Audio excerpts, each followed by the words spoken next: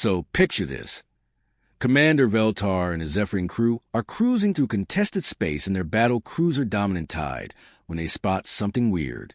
It's this chunky, ugly ship just floating there like a metal brick covered in armor plates and guns sticking out everywhere. Now, you have to understand something about the Zephyrians. These guys have been ruling this part of the galaxy for about 300 years. Their ships are works of art, all flowing lines, crystalline hulls that shimmer in starlight, and weapon systems so advanced they can punch holes in reality itself.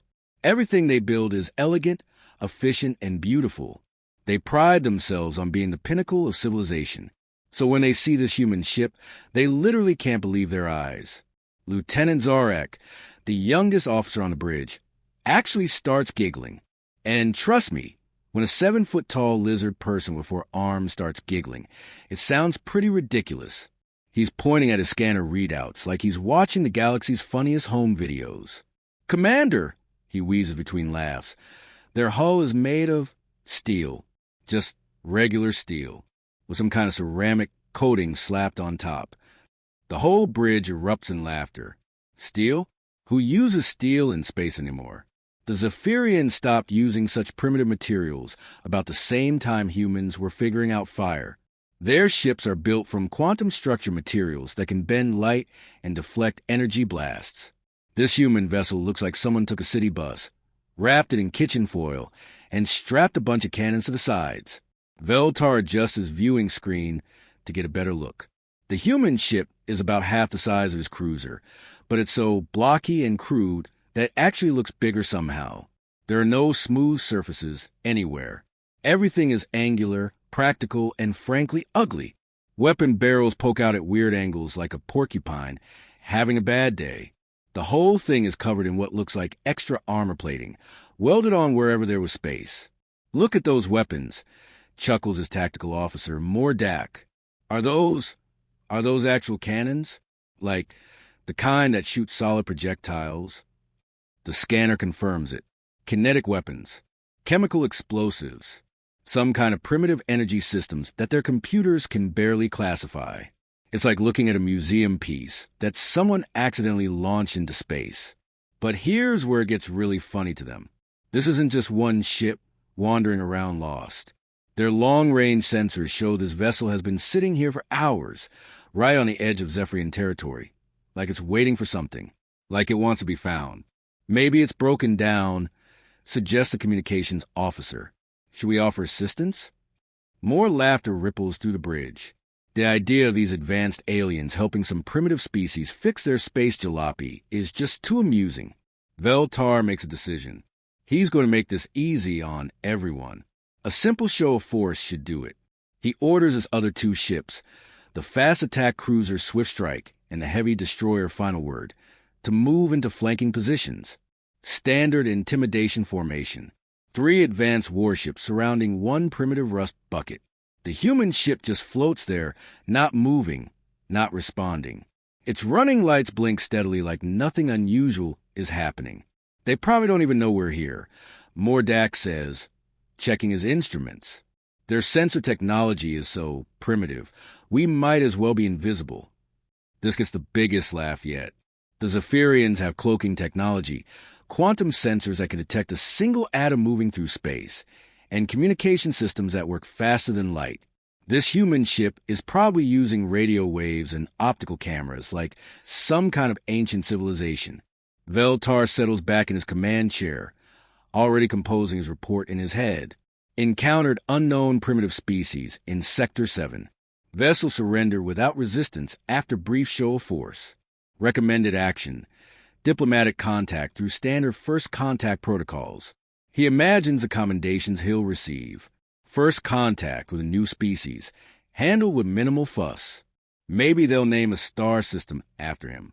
The human ship continues its slow drift through space, completely silent, looking for all the world like an abandoned piece of junk. Its hull is scarred and patched in dozens of places, like it's been through countless battles. But to the Zephyrians, it just looks old and beaten up. "Shall we hail them, Commander?" asks the communications officer, still grinning. Veltar nods. This is going to be the easiest first contact in galactic history. How could these primitives possibly cause any trouble for the mighty Zephyrian fleet? He has no idea what's about to happen next. Then the humans respond, and everything changes in an instant. The communication comes through crystal clear on the Zephyrian bridge. No static, no interference. Just a calm human voice speaking perfect galactic standard. This is Captain Jake Morrison of the UES Thunderstrike. You got 30 seconds to back off, or we're going to have a problem. The silence on the bridge lasts about 3 seconds before everyone bursts out laughing again. Lieutenant Zark is practically rolling on the floor. One ship, one primitive, ugly, beat-up ship is threatening 3 of the most advanced warships in the galaxy? Did he just threaten us? Mordak can barely get the words out between chuckles. Commander, I think these humans might be suffering from some kind of mental condition. Maybe their primitive life support systems are leaking toxic gases. Veltar shakes his head in amusement. He's dealt with aggressive species before, but usually they at least have the good sense to run when they're outnumbered 3-1. These humans are either incredibly brave or incredibly stupid. He's betting on stupid. 30 seconds? Veltar checks his chronometer. How considerate of them to give us a countdown to their surrender. The whole bridge crew is having a field day with this. The communications officer starts a mock countdown. 25 seconds until the scary humans get angry. 20. 15. But Veltar decides he's had enough fun for one day. Time to end this comedy show and get back to real military business. He turns to his weapons officer. Target their engine section with plasma cannons. Low power, just enough to disable them. I don't want to accidentally vaporize our new friends before we can study their quaint technology. The plasma cannons charge with their familiar high-pitched whine. These weapons can slice through a small moon if they're cranked up to full power. But Veltar's being merciful today. Just a little tap to knock out their propulsion systems. Maybe cause some pretty light shows on their hull. Then they'll surrender, and everyone can go home happy. The plasma bolt launches. A brilliant blue streak of superheated energy racing across space toward a human ship. It should hit in about 2 seconds. Just enough time for these humans to realize how completely outmatched they are. But then something impossible happens. The human ship suddenly lights up like a festival celebration. Dozens of small turrets that nobody even noticed before swivel and track the incoming plasma bolt. In the space of a heartbeat, they spit out a wall of projectiles that intercept the plasma blast perfectly. The energy bolt doesn't just get blocked. It gets completely destroyed, scattered into harmless light particles that dissipate into space like someone just popped a soap bubble. The laughter on the Zephyrian bridge dies instantly. What just happened? Veltar stares at his displays, trying to process what he just witnessed. How did they do that? His tactical officer is frantically running diagnostics. Commander, their point defense systems tracked our plasma bolt from the moment we fired. Reaction time was, this can't be right, less than half a second from detection to interception. That's impossible, Mordak mutters, his 4 hands dancing across his control panels. Even our own point defense systems take at least 2 seconds to lock onto incoming fire. But the really scary part is just beginning. The human ship would have been drifting like a piece of space junk just moments before. Suddenly comes alive. Running lights shift from peaceful blue to aggressive red. Weapon ports that were barely visible before snap open with mechanical precision, and their sensors start detecting energy signatures that make absolutely no sense. Commander, the sensor operator's voice cracks with panic. I'm reading massive power buildups across their hull. Kinetic accelerators, fusion reaction chambers, and something our computers can't even identify. The main display shows the human ship transforming before their eyes.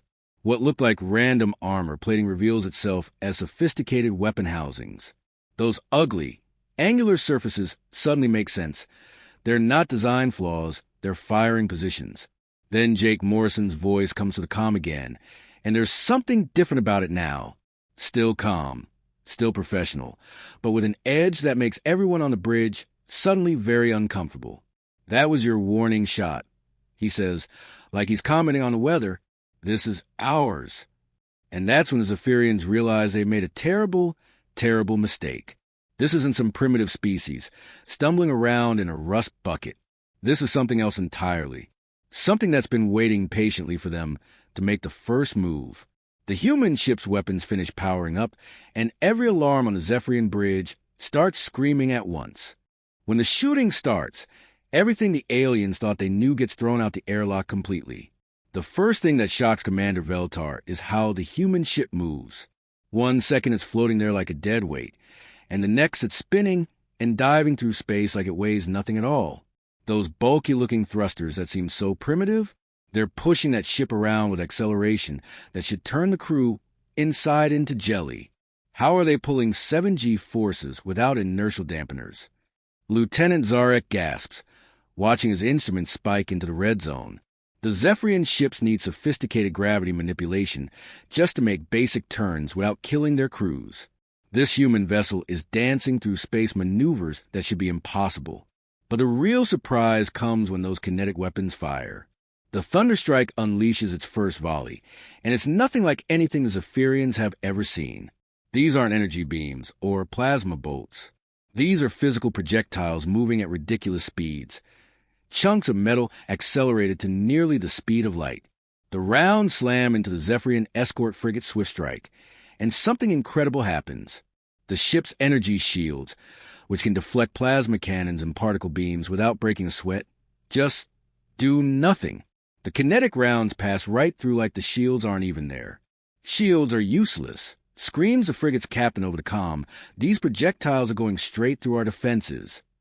Veltar can't believe what he's seeing. His people have spent centuries perfecting energy shield technology. Their barriers can stop anything from laser fire to antimatter explosions.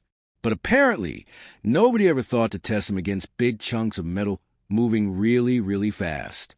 The human rounds punch through the frigate's hull like it's made of paper. But here's the terrifying part. They're not just shooting randomly. Every single shot hits exactly where it's supposed to. Engine mounts, weapon systems, communication arrays. The humans are taking that ship apart piece by piece with surgical precision.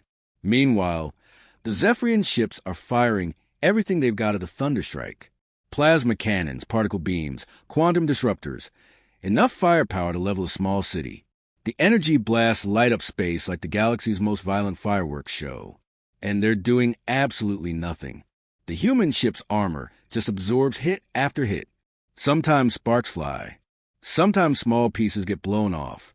But the ship keeps moving, keeps fighting, keeps systematically destroying everything in its path. What is that armor made of? Mordak shouts over the noise of alarms. Our weapon should be cutting through like butter. The answer becomes clear when their sensors finally get a good look at the human ship's construction. That ugly, blocky design isn't primitive at all. It's incredibly advanced, just in a completely different way. Instead of trying to deflect attacks, the humans built their ship to absorb them, layer after layer of different materials, each one designed to handle specific types of damage. The outer hull takes the initial impact. Ceramic layers underneath spread the heat. Metal cores absorb kinetic energy. And backup systems behind backup systems keep everything running, even when half the ship is getting torn apart. But the most terrifying thing is the precision. Every shot the Thunderstrike fires has a purpose. When they hit the frigate's main reactor, they don't just blast it randomly. They hit the exact spot that causes a controlled shutdown instead of an explosion. When they target the weapon systems, they disable them without damaging the crew quarters. Veltar realizes with growing horror that he's not watching a primitive species stumble through their first space battle. He's watching masters of warfare who know exactly what they're doing. Every maneuver is calculated. Every shot is planned. This isn't just a fight. It's a demonstration. The Swiftstrike goes dark as its last systems fail. Not destroyed, just completely disabled. Floating dead in space with its crew alive but helpless. "Commander!" His weapons officer calls out in panic. The human ship is targeting our main sensor array. Veltar watches in fascination and terror as the Thunderstrike lines up its shot. The kinetic round streaks across space and hits their sensor dish with pinpoint accuracy. Not the bridge, not the weapons, not the life support, just the sensors. They want the Zephyrians blind, but they want them alive. Captain Morrison's voice comes to the comm again, still calm, still professional. Next target is your engines. After that, we start on weapon systems. You can surrender anytime you want. And that's when it hits Veltar like a meteor to the face. This isn't a battle between equals. This isn't even a fight. This is a lesson being taught by a species that has spent thousands of years learning how to break things, and more importantly, how to break them exactly the way they want to. The humans aren't trying to destroy the Zephyrian fleet. They're trying to capture it intact. And they're doing it with the kind of precision that can only come from experience. Lots and lots of very violent experience. With 2 ships floating helplessly in space, their systems completely disabled, Commander Veltar makes the only decision that makes sense anymore. Run. Run as fast as his ship can carry him, and hope these terrifying humans don't follow. Full-powered engines, he shouts at his crew. Emergency transmission to Fleet Command. We need immediate backup. The dominant tide spins around and burns hard toward Zephyrian space, its powerful engines pushing the ship to maximum velocity. Behind them, the Thunderstrike just sits there for a moment, like it's thinking about whether to bother chasing them or not. Veltar's communications officer is frantically sending distress signals on every frequency. Mayday! Mayday!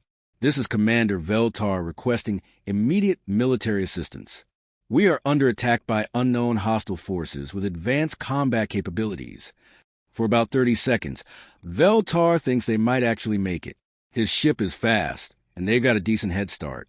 Maybe the humans will be satisfied with disabling 2 out of 3 ships. Maybe they'll just let the dominant tide go home with its tail between its legs. Then Captain Morrison's voice cuts through the static on their emergency channel, calm as ever. You started this dance, Commander. Now you finish it. That's when Veltar looks at his rear sensors and sees something that makes his blood run cold. The human ship is following them. Not just following, it's gaining on them. Fast. How is that possible? Lieutenant Zarek stares at his readings in disbelief. That ship is twice as heavy as ours. Those primitive engines shouldn't be able to push it this fast. But the Thunderstrike keeps closing the distance, and now Veltar can see why. Those engines aren't primitive at all. They're just built differently. Instead of the elegant, efficient fusion drive the Zephyrians use, the humans have strapped what looks like controlled nuclear explosions to the back of their ship. Raw, brutal power that doesn't care about elegance or efficiency, just about getting from point A to point B as fast as possible. Within minutes, the human ship is right on top of them again. But this time, instead of just shooting, it does something that gives everyone on the Zephyrian bridge nightmares for years to come. It launches boarding pods. These aren't the sleek, diplomatic shuttles that civilized species use for ship-to-ship transfers. These are pointed metal projectiles that slam into the dominant tide's hull and just start cutting their way through. The sound of metal being sliced apart echoes through the ship like some kind of horrible mechanical monster trying to eat its way inside. Breach in Section 7, 12, and 15, the damage control officer reports, his voice cracking with panic. They're cutting through our hull like it's made of soft cheese. But that's not even the worst part.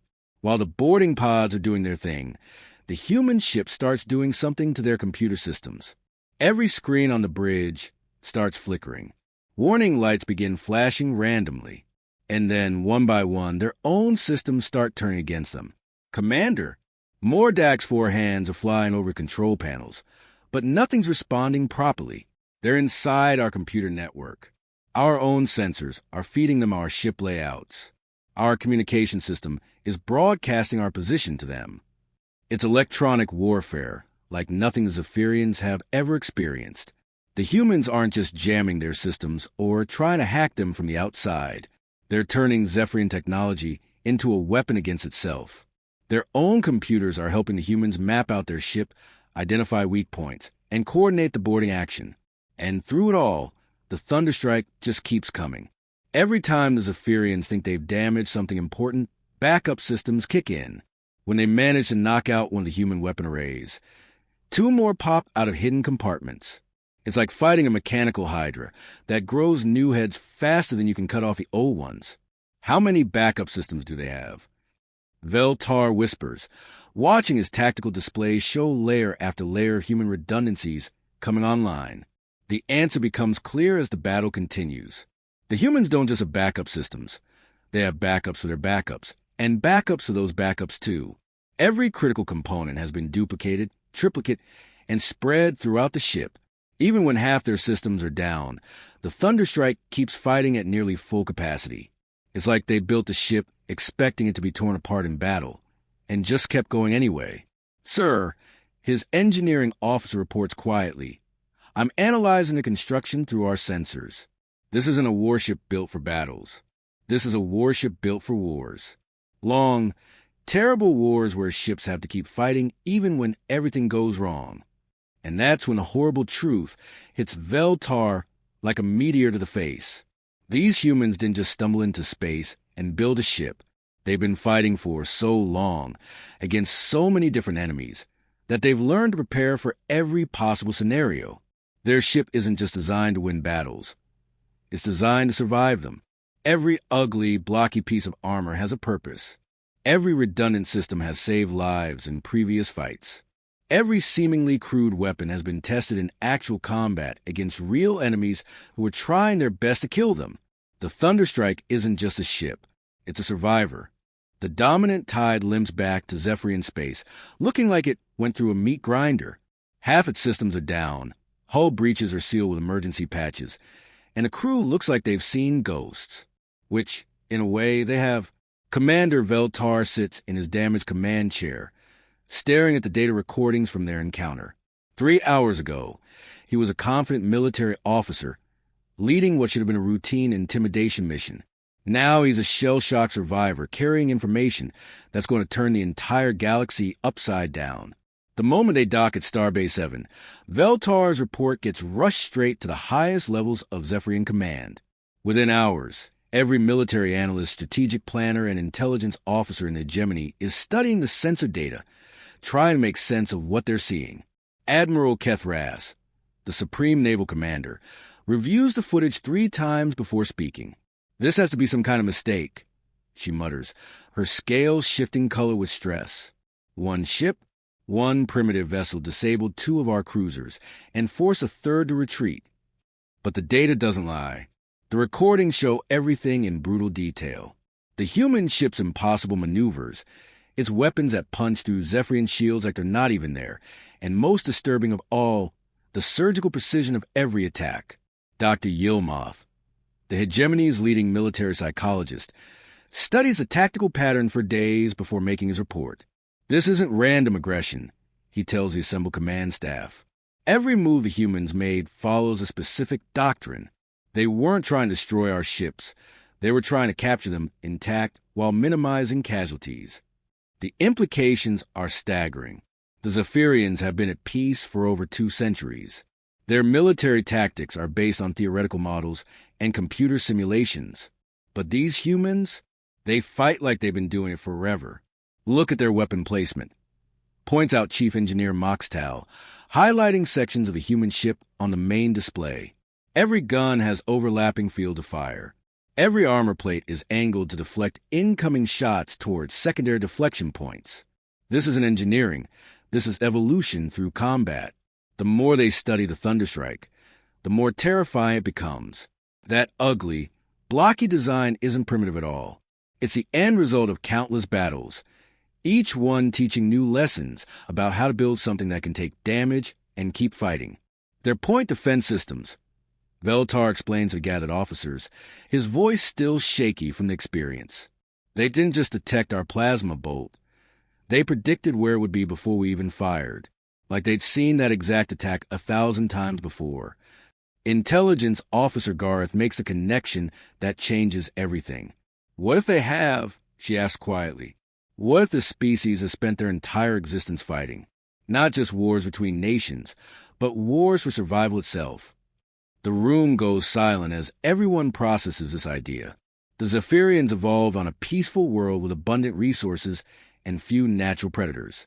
They developed spaceflight as a natural extension of their curiosity and desire to explore. But what if humans came from somewhere else entirely? What if they came from a world that was trying to kill them every single day. The final piece of the puzzle comes from the linguistic analysis of Captain Morrison's communications. The translator programs identify subtle patterns in a speech that suggest a military background spanning decades. His tactical knowledge isn't theoretical, it's experiential.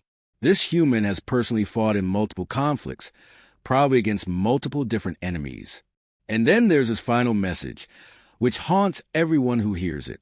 After disabling 2 Zephyrian ships and forcing the third to retreat, Jake Morrison had opened a communication, channel 1 last time. His voice was calm, professional, almost friendly. This is Captain Morrison to any Zephyrian forces monitoring this frequency. We're willing to talk peace, but we're ready for war. Your choice entirely. We'll be waiting right here if you want to continue this conversation. The message is still being broadcast from human space, a polite but terrifying invitation to either negotiate or face the consequences. Strategic analyst Vorketh presents a final conclusion to High Command. We're not dealing with another peaceful exploration species. We've encountered a civilization that has turned warfare into a science. Every human ship is probably built with centuries of combat experience behind it. Every weapon system has been tested in actual battles. Every defensive measure has saved lives in real conflicts. The Thunderstrike wasn't just one ship. It was a representative example of human military engineering, a culmination of thousands of years of fighting, learning, and adapting. While the Zephyrians were building beautiful vessels for peaceful exploration, humans were building ugly, efficient machines designed for one purpose: making sure the other guy dies first. Admiral Kethras makes a decision that would define the next era of galactic politics. Send a diplomatic envoy to human space immediately. We will not be starting a war with these people. We've seen what just one of their ships can do. I don't want to find out what their entire fleet is capable of. The age of easy Zephyrian dominance is over. Humanity has arrived, and they've brought their expertise with them. The art of staying alive, no matter what.